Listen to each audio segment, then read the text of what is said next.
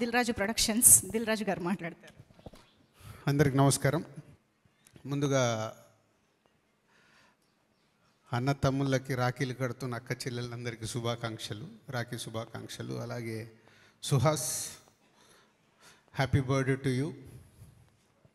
And Janaka అయితే గనక ఏంటో కోఇన్సిడెంట్గా ఇక్కడే అందరూ తండ్రులైన వాళ్ళే. ఈ మధ్య మా హీరో అండ్ మ్యూజిక్ డైరెక్టర్ ఈ సినిమా జరుగుతుంటేనే మళ్ళీ వాళ్ళు ఫాదర్స్ అయ్యారు. So Harshit and director and నేను కూడా వాళ్ళతో పాటు మా అన్వయ్ వల్ల జర్నీ చేస్తున్నాను. సో ఫాదర్కు ఉండే కష్టాలన్నీ చూస్తున్నాము. సో ప్రతి ఇంట్లో ఉండేది అది. కష్టాలు మీనింగ్ అంటే హ్యాపీగా ఉండే కష్టాలు అవి. సో జనక అయితే గనక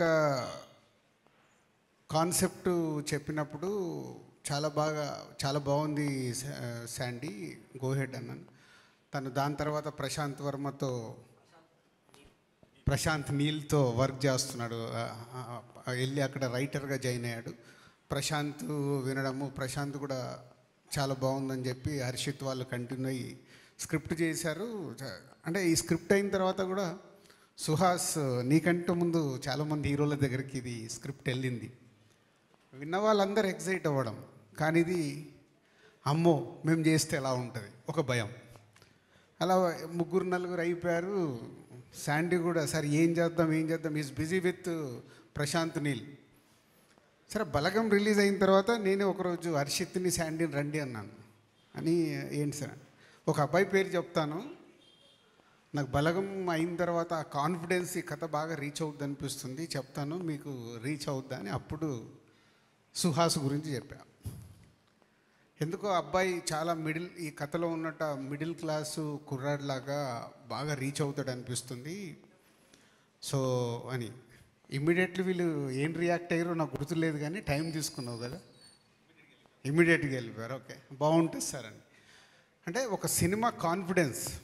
ఇప్పుడు కూడా మనకు ఈ మధ్య రిలీజ్ అయిన హాయి, కమిటీ కుర్రాళ్ళు, ఒక చిన్న సినిమాలు కొత్త వాళ్ళతో వచ్చినప్పుడు అవి బాగున్నాయి, ఆడియన్స్కి రీచ్ అయ్యి ఆడుతున్నాయి అన్నప్పుడు మాకు అది ఏ స్క్రిప్ట్ వచ్చినా ఒక కిక్ ఇస్తాయి. ఓకే ప్రేక్షకులు చూస్తున్నారు చేద్దామని. అలాంటిదే ఇది జనక అయితే గనక. ఒక మిడిల్ క్లాస్ అబ్బాయి వాడికి వచ్చే మినిమం జీతంలో వాడు హ్యాపీగానే ఉన్నాడు, పెళ్ళి చేసుకున్నాడు, కానీ పిల్లలు వద్దంటున్నాడు. ఏంట్రా నీ గోలా అంటే, మీకు తెలియదు నా వైఫ్ ప్రెగ్నెన్సీ అయిన దగ్గర నుంచి హాస్పిటల్ ఖర్చులు ఎంత అవుతాయో మీకు తెలుసా నాన్న, మీ జనరేషన్ వేరు మా జనరేషన్ వేరు, డెలివరీకి ఎంత ఖర్చు అవుతుంది, అలా అన్ని లెక్కలు చెప్పి ఫాదర్ని నానమ్మని అందరినీ చూప్ చేస్తుంటాడు.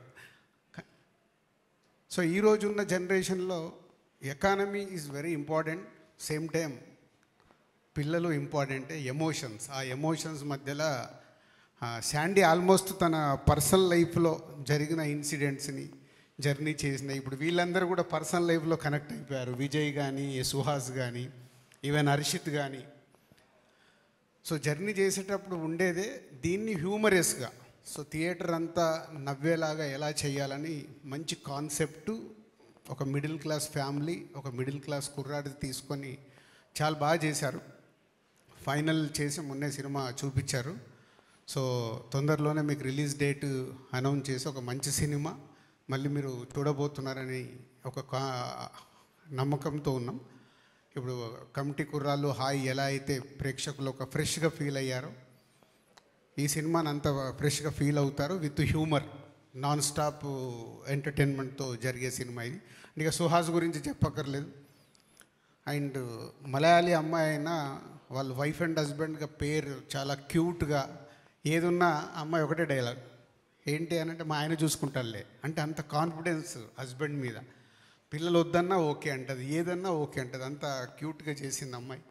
అండ్ సుహాస్ ఒక మిడిల్ క్లాస్ కుర్రాడు ఎలా ఉండాలో అలాగే ఉంటాడు. తన ప్రీవియస్ సినిమాలు కూడా మనం చూసాం. ఈ సినిమాలో కూడా మీరు చూస్తే ఇప్పుడు సాంగ్ చూసినా, టీజర్ చూసినా చాలా ఒక మిడిల్ క్లాస్ కుర్రాడిలాగా కనిపిస్తాడు. సో గుడ్ సెట్తో వస్తున్న ఈ సినిమా తొందరలో మీ ముందుకు వస్తుంది. సో ఈరోజు సాంగ్ స్పెషల్.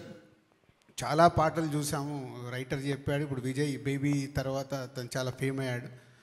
పోతే కాకినాడలో ఉండి ఇప్పుడు హైదరాబాద్లో వచ్చి పని చేస్తున్నా అంటే ఆయన వైఫ్ ఎంత హెల్ప్ చేస్తే ఇక్కడ వరకు వచ్చి చేస్తున్నాడు. మీ వైఫ్కి నువ్వు ఈ సాంగ్ డెడికేట్ చేయడంలో తప్పే లేదు.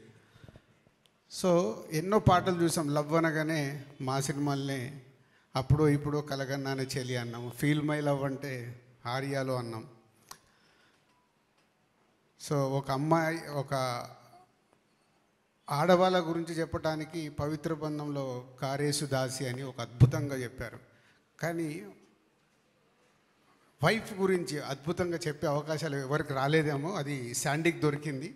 సో శాండీకి దొరకడం వల్ల కేకేకు లిరిక్ రాయడానికి, కంపోజ్ చేయడానికి విజయ్కి దొరికింది. ఒక ఎప్పటికీ గుర్తుండిపోయే వైఫ్లు మనకి ఎప్పుడైనా భోజనాలు పెట్టలేదనుకో, ఈ సాంగ్ ముందు పంపించి ఇంటికి వెళ్ళండి, ఆటోమేటిక్గా పెడతారు ప్రాబ్లం లేకుండా. అంటే వాళ్ళు మనకి ఇచ్చేది ఎంతో ఉంటుంది. మనం బయటికి వెళ్ళేటప్పటికీ వాళ్ళకు 100 ప్రెస్టేషన్స్ ఉంటాయి. దాంట్లోకి వెళ్ళి బయటకు వచ్చి మనకు చేయాలి. కాబట్టి ఇది ప్రతి హస్బెండ్, ప్రతి వైఫ్కి డెడికేట్ చేయాల్సిన సాంగ్. ఈ సాంగ్ చాలా బాగా రీచ్ అవుతుందని, మంచి మెలోడీతో ఉన్న సాంగ్ బాగా రీచ్ అవుతుందని నమ్ముతున్నాం. తొందరలోనే రిలీజ్ డేట్ ఇచ్చేసి ఒక మంచి సినిమాతో జనక అయితే గనక టీం మీ ముందుకు వస్తుంది. Thank you. Thank you so much Raju garu. So yes, ఇప్పుడు